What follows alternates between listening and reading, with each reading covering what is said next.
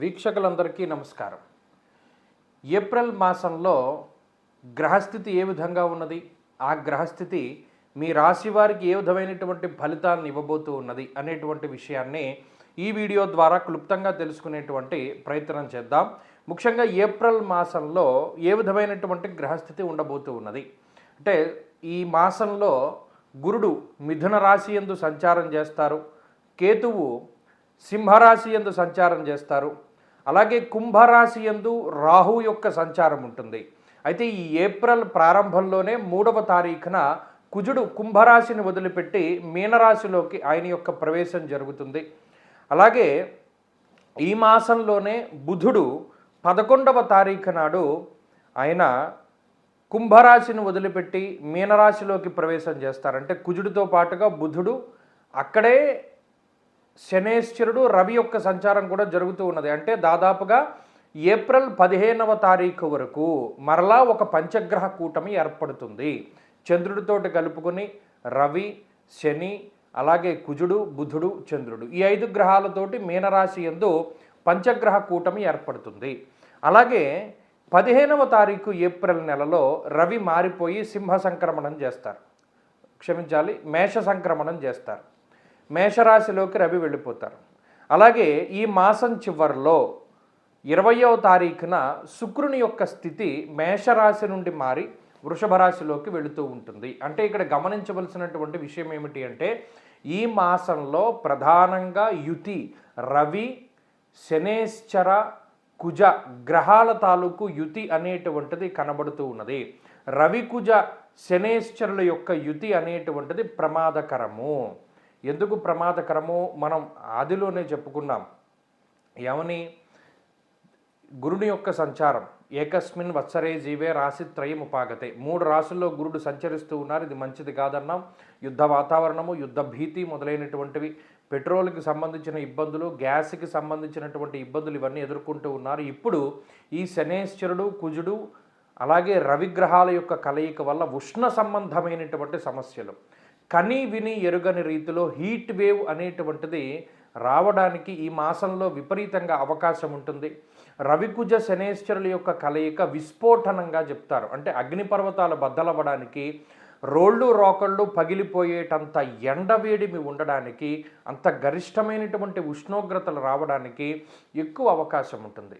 కాబట్టి విద్యుత్తుకి సంబంధించినటువంటి ప్రమాదాలకి, లేదా ఈ అగ్ని సంబంధమైనటువంటి ప్రమాదాలకి, కార్చిచ్చులకి, మరీ ముఖ్యంగా మనం పంచాంగ శ్రవణంలో కూడా చెప్పుకున్నాం, అడవిలో ఉండేటువంటి జంతువులకి ఇబ్బంది అని, అటువంటి వాటికి ఎక్కువ అవకాశం ఉంటుంది. కాబట్టి ఈ ఏప్రిల్ మాసంలో కొంచెం మనం ఈ విషయాల మీద దృష్టిని పెట్టుకొని అప్పుడు మన రాశి ఫలితాలని చూసుకోవాలి. కుంభరాశి వారికి ఏప్రిల్ మాసము అనుకూలమైనటువంటి మాసంగా చెప్పచ్చు. కారణం ఏంటి అంటే, గత 2 నెలలుగా కుంభరాశి వారి పరిస్థితి చూడండి. జనవరి దగ్గర నుండి మీరు పరిశీలన చేయండి. జనవరి నెలలో కొంత పర్వాలేదు, ఫిబ్రవరి, మార్చి టూ బ్యాడ్ టూ వరస్ట్ అన్న సిచ్యువేషన్లోనే ఉన్నారు వాళ్ళు. ఎందుకంటే జన్మరాశ్యాత్తు 12వ స్థానమందు ఈ పంచగ్రహ కూటములు ఎప్పుడైతే ఏర్పడ్డాయో విపరీతమైనటువంటి శారీరక శ్రమ, తప్పు కాకపోయినా, మీరు తప్పు చేయకపోయినా మీ మీద నిందారోపణలు చేసి తప్పు చేశారు అనేటువంటి భావనలో మీకు రావాల్సినటువంటి ధనాన్ని సైతం తగ్గించి మీకు ఇచ్చినటువంటి పరిస్థితులు ఉంటాయి. లేదు, మీకు రావాల్సినటువంటి ప్రతిఫలాన్ని కొంత కోత విధించి మీకు ఇచ్చినటువంటి పరిస్థితులు ఉంటాయి. లేదు, మీకు రావాల్సినటువంటి ప్రతిఫలం పూర్తి స్థాయిలో మీకు దక్కకపోవడం ఉంటుంది. అంటే ఇక్కడ కుంభరాశి వారికి శ్రమ అధికము, ఫలితం తక్కువగానే ఉన్నది. గత మాసమంతా ఇదే రకమైన పరిస్థితి. ఎంత కష్టపడి, ఎన్ని తెలివితేటలుగా ఏ ప్రయత్నం చేసినా, ఏ కోసానా కూడా మీరు ఆశించిన ప్రతిఫలం రాక నిరాశ, నిస్పృహలే ఎక్కువగా ఉన్నాయి. మరి ఈ మాసంలో ఏంటంటే, గారడీ జరిగిందా, మాకు ఏదైనా అద్భుతమా, మ్యాజిక్ జరిగిందా అని అనుకోవచ్చు. కానీ అటువంటివి ఏమీ ఉండవు. ఎప్పుడూ కూడా గ్రహస్థితి ఒకేలా ఉండదు. ఎప్పుడూ కూడా ఋతుపవనాలు ఒకే చోట ఉండవు, మబ్బులు ఒకే చోట ఉండవు, అలా జరుగుతూ ఉంటాయి. అలాగే వ్యతిరేకమైన గ్రహస్థితి ఎల్లకాలం కుంభరాశి వాళ్ళకే ఉండదు, ఇంకో రాశి వాళ్ళకి వెళ్తూ ఉంటుంది. కాబట్టి ఈ కుంభరాశి వారికి ఏమైంది? జన్మ కుజుని యొక్క దోషం పోయింది, జన్మ బుధుని యొక్క దోషం పోయింది, జన్మ రవి యొక్క దోషం పోయింది. గత మాసంతో పోల్చుకుంటే ఈ కుజుడు యక్షరాక్షస పీడితం, జన్మరాశి గతే భౌమో యక్షరాక్షస పీడితం అన్నారు. అంటే ఓ రాక్షసుడికి నిజంగా మనిషి దొరికితే వాడు ఎలా ఏడిపిస్తాడో ఈ గ్రహస్థితి మిమ్మల్ని అలా ఏడిపించింది అని స్పష్టంగా అక్కడ మనకి గ్రహస్థితి చెప్పేసింది. మరి ఈ మాసంలో జరిగిన మెరాకిల్ ఏంటంటే కుజుడు మీ రాశిని వదిలిపెట్టి వెళ్ళిపోయారు, అది గొప్ప విషయం. సరే, 2వ స్థానంలో కుజుడు యోగించకపోయినా మిమ్మల్ని బాధించడు, అది గొప్ప విషయం. తర్వాత బుధుడు యోగించే స్థితికి వెళ్ళారు, అలాగే శుక్రుడు యోగించే స్థితికి వెళ్ళారు, అలాగే రవి ఈ మాసంలో 15వ తారీఖు తర్వాత యోగించే స్థితికి వెళ్ళారు. అంటే గ్రహాల యొక్క అనుకూలతలు పెరిగి ప్రతికూలతలు తగ్గినప్పుడు సౌఖ్యవంతమైనటువంటి జీవనం వస్తుంది.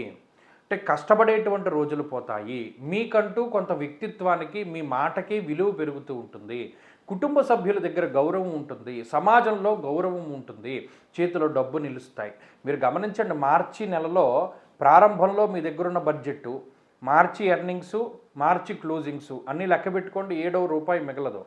కానీ ఏప్రిల్లో రూపాయి మిగులుతుంది, రూపాయి కనబడుతుంది, అలాగే శ్రమకి తగ్గ ప్రతిఫలం కనబడుతుంది, ఏదో ఒక ప్రయోజనం కనబడుతుంది, ఏదో ఒక రకమైనటువంటి ప్రతిఫలం కనబడుతుంది, ఎవడో ఒకడు సహాయం చేస్తాడు. ఏమీ లేకపోతే పలానా వ్యసనానికి ఇదివరకు బానిసలయ్యేటువంటి పరిస్థితులు ఇప్పుడు ఆ వ్యసనాల బారి నుండి కూడా బయటపడుతూ ఉంటారు, ఏదో ఒక మంచి అబ్బుతూ ఉంటుంది. అంటే ఈ కుంభరాశి వారికి ఇది ఎందుకు కలిగింది ఈ వాతావరణం అంటే, ఈ జన్మరాశి స్థిత గ్రహాలన్నీ కూడా వెళ్ళిపోయాయి. ఈ వెళ్ళిపోవడం ఏం చేస్తుంది అంటే వీళ్ళ వ్యక్తిత్వంలో మార్పు వస్తుంది.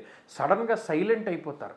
అంతకాలము చాలా గొప్పగా మాట్లాడుతూ అనేక రకాలుగా ముందుకు వెళ్ళినటువంటి కుంభరాశి వాళ్ళు ఏమైపోతారంటే సైలెంట్ అయిపోతారు, మాట్లాడరు. ఇది వ్యక్తిత్వంలో కూడా మార్పును తీసుకొస్తుంది. అలాగే స్కిన్ ప్రాబ్లమ్స్ తగ్గుతాయి, అనారోగ్య సమస్యలు తగ్గుతాయి, ఇరిటేషన్ తగ్గుతుంది, ఫ్రస్ట్రేషన్ తగ్గుతుంది. ఇలా అనేక రకాలుగా కుంభరాశి వారికి గ్రహస్థితి ఉపయోగపడుతుంది.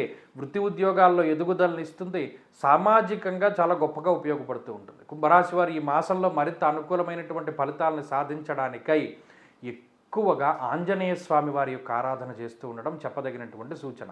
ఈ మాసంలో ఏదైనా పని చేయాలి అనుకున్నప్పుడు, అంటే ఏదైనా ముఖ్యమైన పనులు చేయాలనుకున్నప్పుడు శుక్రవారాన్ని అలాగే ఆదివారాన్ని ఎక్కువగా ప్రిఫర్ చేస్తూ ఉండడం చాలా మంచిది.